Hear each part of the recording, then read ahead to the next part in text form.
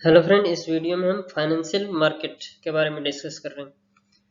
तो अगर Indian financial market की बात करें तो ये दो पार्ट में डिवाइडेड है। पहला मनी मार्केट है और दूसरा कैपिटल मार्केट।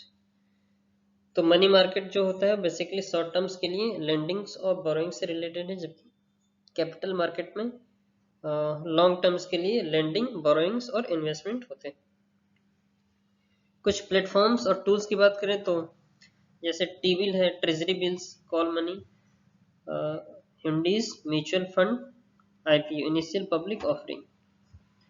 तो पूरा जो कंट्री का फाइनेंशियल मार्केट या कमर्शियल इंस्टीट्यूशन को जो रेगुलेट करने वाली बॉडी होती है, सबसे सुप्रीम इंस्टीट्यूशन जो है वो सेंट्रल बैंक ऑफ इंडिया है। तो हमारे इंडिया का जो सेंट्रल बैंक ऑफ इंडिया है वो आरबीआई, जो 1924 में रॉयल कमीशन के थ्रू 34 में जो आरबीआई एक्ट पास हुआ था, तो फिर उसके बाद 1935 में 1 जुलाई 1935 में आरबीआई का एस्टेब्लिशमेंट हुआ था। फिर उसके बाद जुलाई 1949 में आरबीआई का एस्टेब्लिशमेंट, नेशनलाइजेशन हुआ था।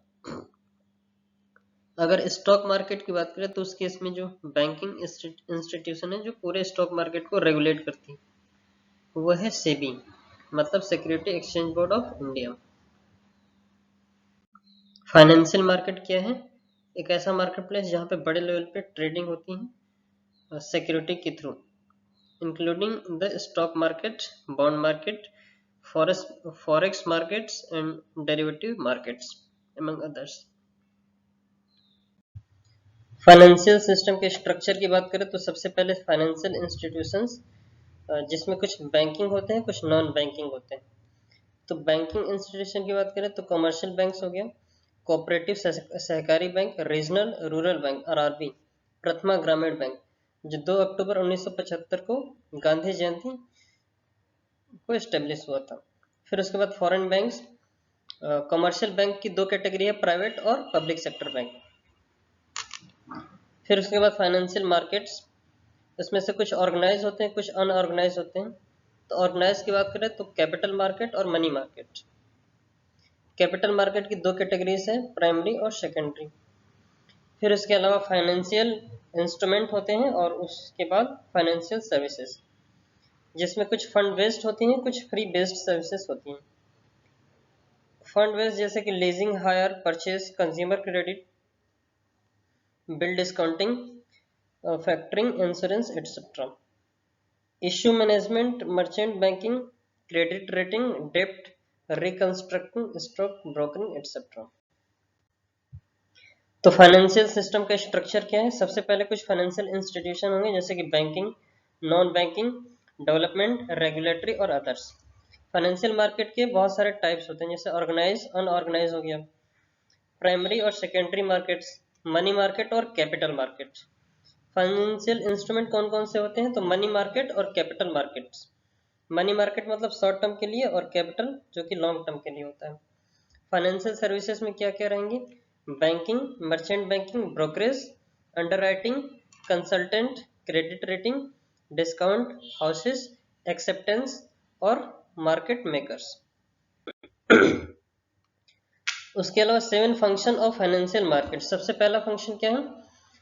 प्राइस को डिसाइड करना, ना किसी एसेट्स के वर्थ को डिसाइड करना, मतलब प्राइस डिस्कवरी।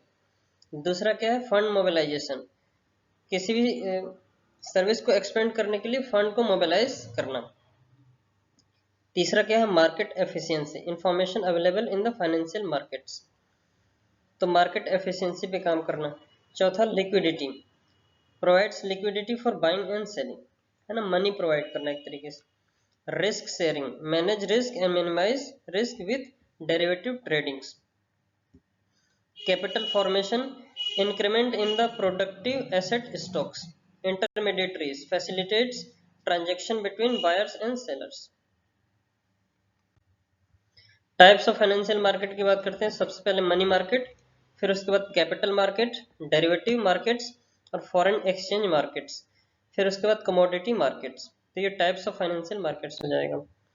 फाइनेंशियल मार्केट्स की वर्किंग कैसे होती है? तो उसमें कुछ इन्वेस्टर्स होंगे जो पैसे इन्वेस्ट करेंगे, और कुछ बोरोवर्स होंगे जो उधार लेंगे, जैसे कि गवर्नमेंट और कंपनीज हो सकता है। और इन्वेस्टर जैसे कोई पर्सन, इंडिविजुअल हो सकते हैं। और फाइनेंशियल मार्केट्स इन दोनों के बाइंग और सेलिंग को रेगुलेट करता है। जैसे कोई बैंक हो सकता है, तो हमारे फाइनेंशियल इंस्टीट्यूशन और अदर बैंक्स हो सकते हैं और अदर फाइनेंशियल इंस्टीट्यूशन भी हो सकते हैं। तो टाइप्स ऑफ फाइनेंशियल मार्केट्स की बात करते हैं। तो मनी मार्केट पहला, capital market, primary, secondary, equity, डेब्ट market, future market, cash, spot market, over the counter market, exchange traded market. तो ये सारे के सारे types of financial markets. Financial market क्या होता है? बेसिकली एक तरीके का मार्केट प्लेस है जहां पे बाइंग और सेलिंग होती है किसी भी गुड्स का। ठीक है, it is platform that facilitates the traders to buy and sell financial instrument and securities. तो फाइनेंशियल इंस्ट्रूमेंट हो गई या फिर सिक्योरिटीज की ट्रेडिंग होती है। इंपॉर्टेंस क्या है? इकोनॉमिक ग्रोथ में सबसे बड़ा कंट्रीब्यूशन होता है हमारे फाइनेंशियल मार्केट्स के। हमें पता है कि जो थर्ड सर्विस है हमारा, प्राइमरी सेक्टर में एग्रीकल्चर, सेकेंडरी सेक्टर में इंडस्ट्रीज और टर्शियरी सेक्टर में बैंकिंग और फाइनेंशियल इंस्टीट्यूशंस होते हैं। तो सबसे बड़ा जो रोल होता है किसी भी कंट्री के ग्रोथ के लिए। तो जीडीपी का सबसे बड़ा जो फैक्टर है, जो सेक्टर है, वो टर्शियरी सेक्टर होता है जो फाइनेंशियल मार्केट से ही रिलेटेड है। Help savers to becoming investors, तो सेवर्स को इन्वेस्टर बनाने का काम।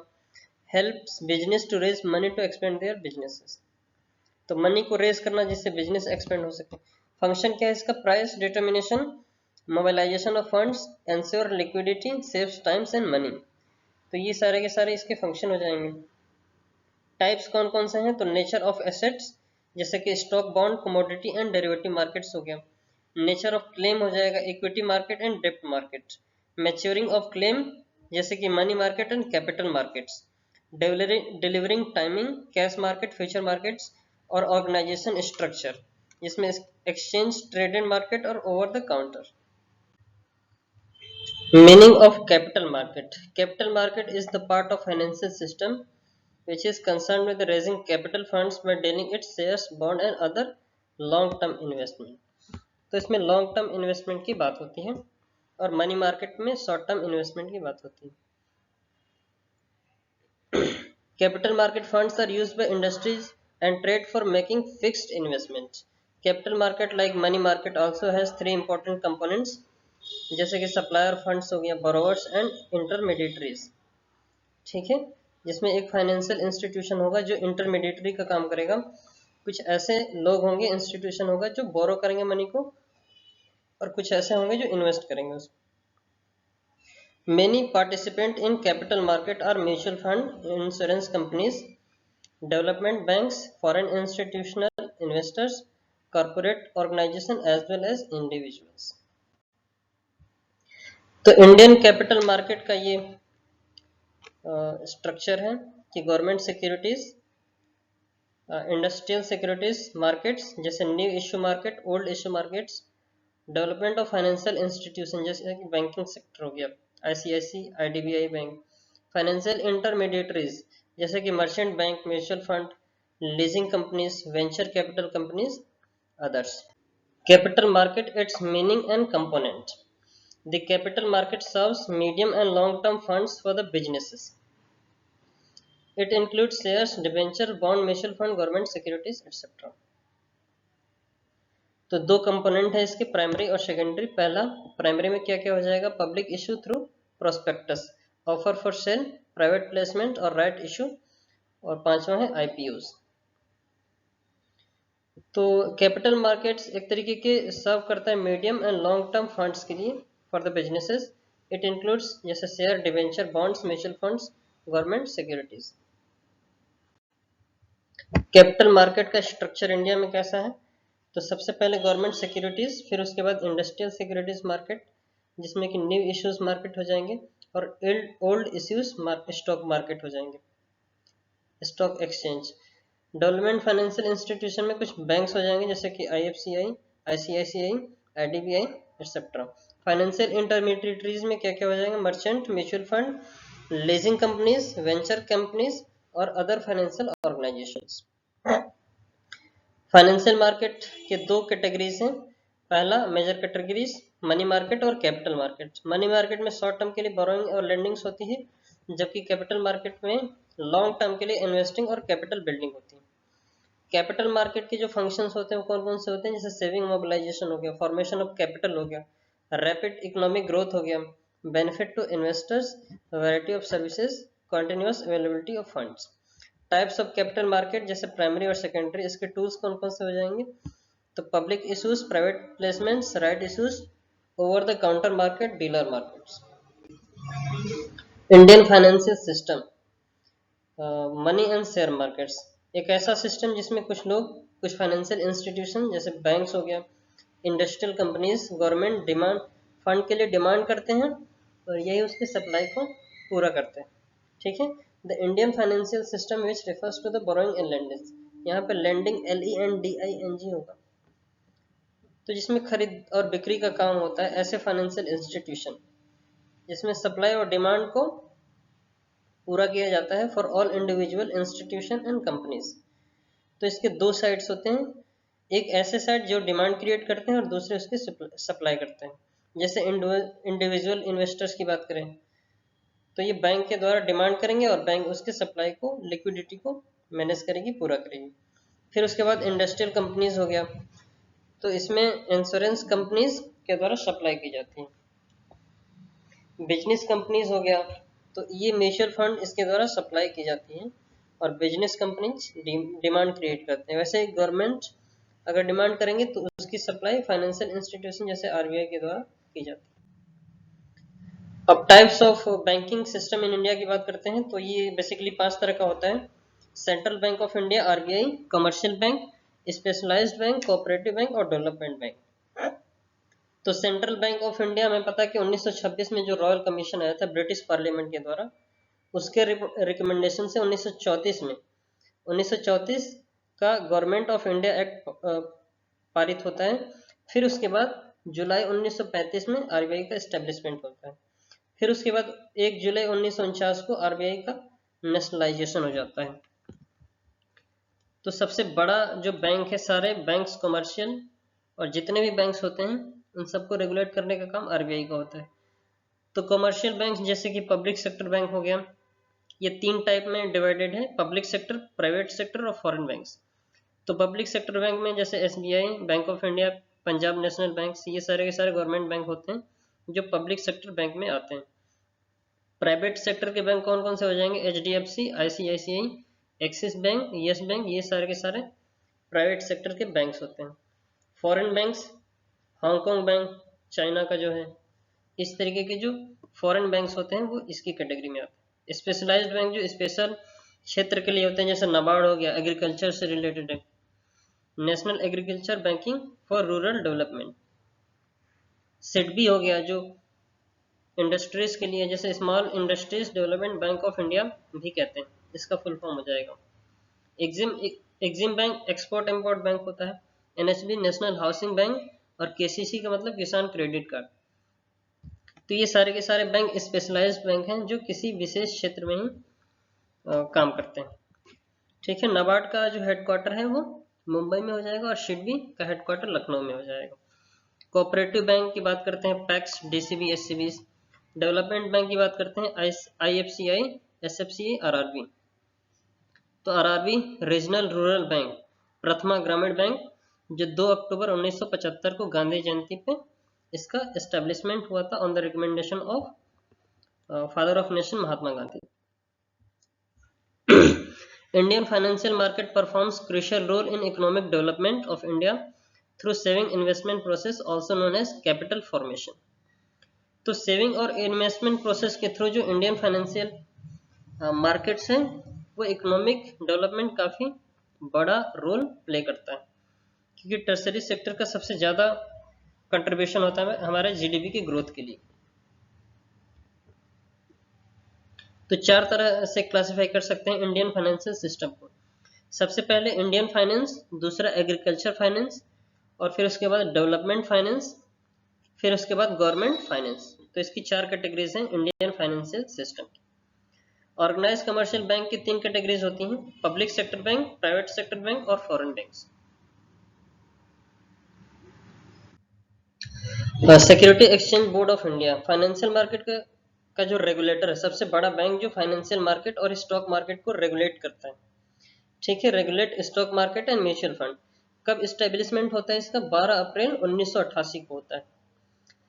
तो the SEBI was established under the economic liberalisation policy on 12 April 1988 with a capital of 7.5 crore. तो 7.5 करोड़ की कैपिटल से 12 अप्रैल 1988 को इकोनॉमिक लिबरलाइजेशन पॉलिसी के तहत SEBI security exchange board of India का एस्टेब्लिशमेंट होता है। कॉन्स्टिट्यूशनल स्टेटस 1992 को मिला, किसके रिकमेंडेशन पे? तो Narasimhan committee.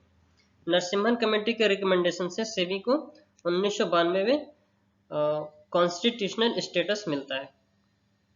Earlier in India commodity market was regulated by federal.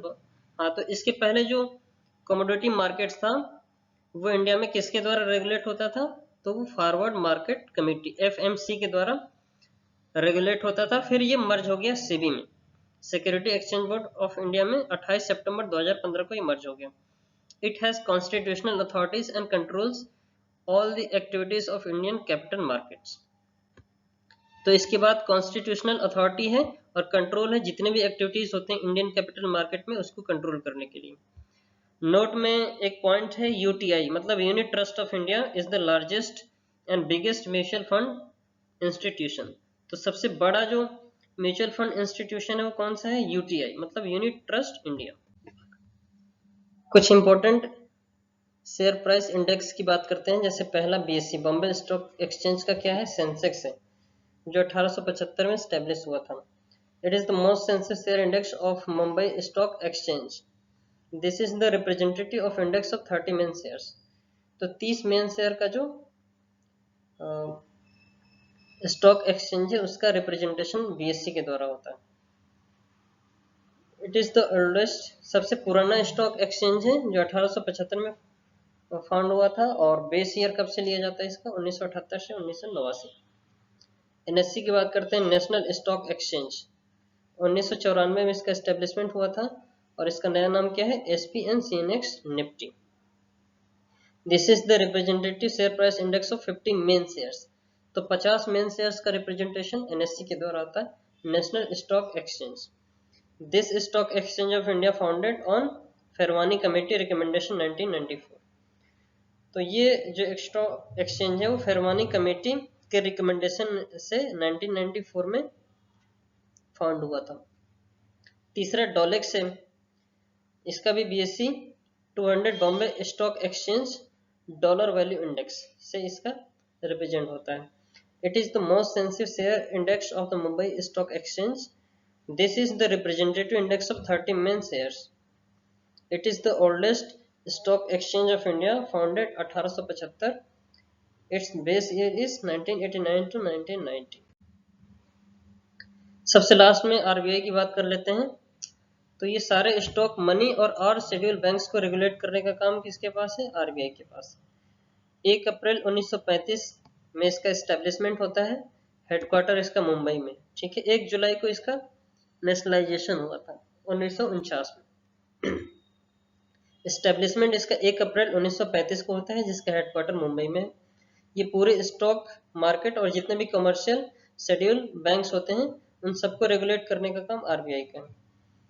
कब स्टेब्लिश हुआ था? तो RBI एक 1934 को ये स्टेब्लिश हुआ था।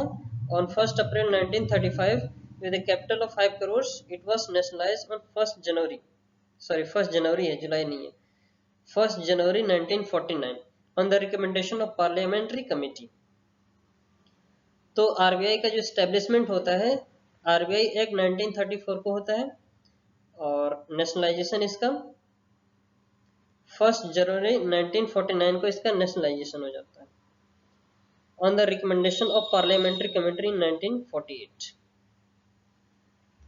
It is the central bank of India, is the supreme monetary and banking authority of the country. तो पूरे देश का सेंट्रल बैंक है जिसके पास सुप्रीम मॉनेटरी और बैंकिंग अथॉरिटी है and has the responsibility to control the banking system in the country. और जितने भी बैंकिंग एक्टिविटीज होती हैं सबको कंट्रोल करने का काम RBI के पास। It keeps the reserve of all commercial banks and hence it is known as Reserve Bank। ये जितने भी कमर्शियल बैंक्स होते हैं उनका सबका रिजर्व्स अपने पास रखती है कुछ फ्रैक्शन, इसीलिए इसको रिजर्व बैंक ऑफ इंडिया भी कहते हैं। इट फाइनेंशियल ईयर्स मतलब सबकी जमा राशि अपने पास रख सकती है, हालांकि कुछ फ्रैक्शन भी रिजर्व होता है। इस financial year is 1 July to 31 June. तो इसका जो फाइनेंशियल ईयर है वो 1 जुलाई से लेकर 31 जून तक। So this is all about in this video. Thanks for watching. Thank you so much.